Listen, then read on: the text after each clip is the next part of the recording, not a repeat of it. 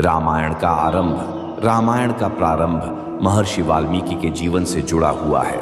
महर्षि वाल्मीकि ने रामायण की रचना तब की थी जब उन्होंने अपने शिष्य भुशुंडी से भगवान राम के बारे में सुना।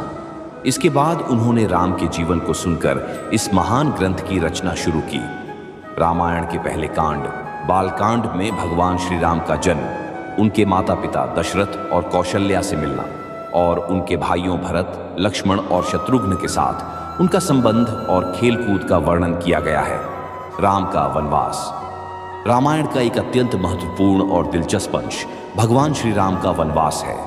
जब श्री राम को अयोध्यापुरी का राजा बनने का अवसर मिला तो उनकी सौतेली मां कैकेयी ने अपने पुत्र भरत के लिए राज्य की मांग की।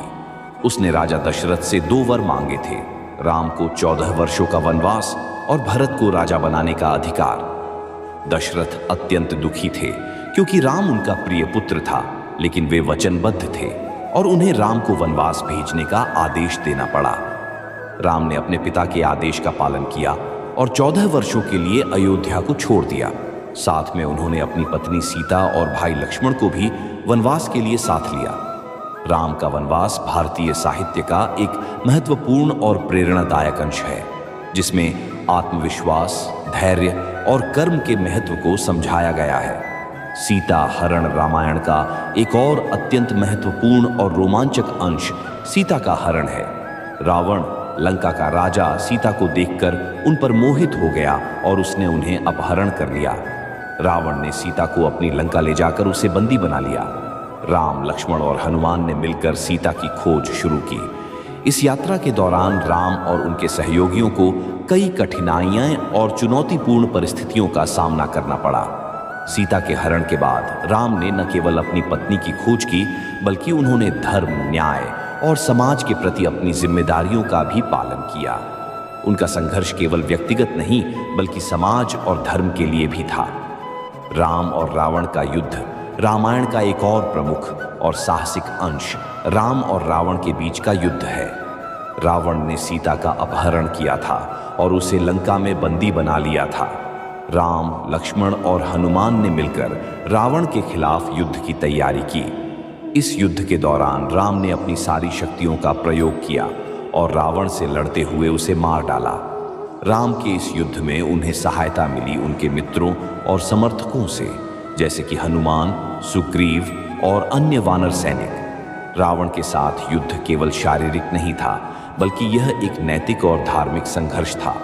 राम का उद्देश्य केवल सीता को मुक्त करना नहीं था, बल्कि वह धर्म की रक्षा भी कर रहे थे।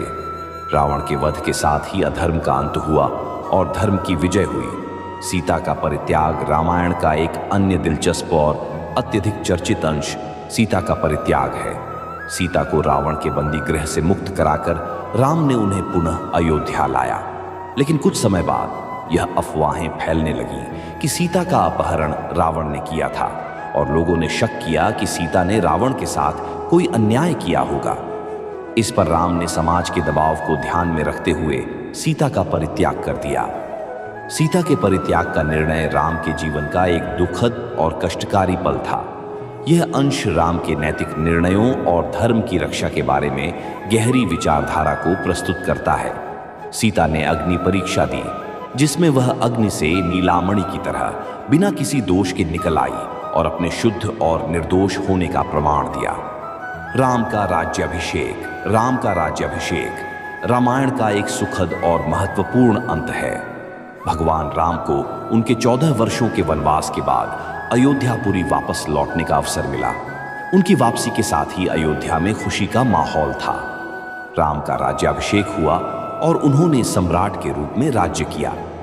उनके शासनकाल को राम राज्य कहा जाता है, जो आदर्श राज्य का प्रतीक माना जाता है। राम का राज्याभिषेक केवल एक राजा के रूप में नहीं, बल्कि उनके आदर्शों, सिद्धांतों और न्याय के प्रतीक के रूप में हुआ। उनका शासनकाल प्रत्येक नागरिक के लिए सुख, समृद्धि और न्याय का काल था। रामायण से प्राप्त उपदेश रामायण केवल एक धार्मिक कथा नहीं है, बल्कि यह हमें जीवन के विभिन्न पहलुओं पर गहरे विचार करने का अवसर प्रदान करता है। यहाँ कुछ महत्वपूर्ण उपदेश हैं जो हमें रामायण से मिलते हैं। धर्म का पालन। भगवान राम ने हमेशा धर्म के मार्ग पर चलकर अपने कर्तव्यों का पालन किया। उन्होंने अपने परिवार, समाज और देश के प्रति अपनी जिम्मेदारियों को पूरी निष्ठा से निभाया। त्याग और बलिदान। राम ने अपनी व्यक्तिगत इच्छाओं और सुखों को त्याग कर समाज और धर्म के लिए जीवन जिया। उनका जीवन त्याग और बलिदान का उदाहरण प्रस्तुत करता है।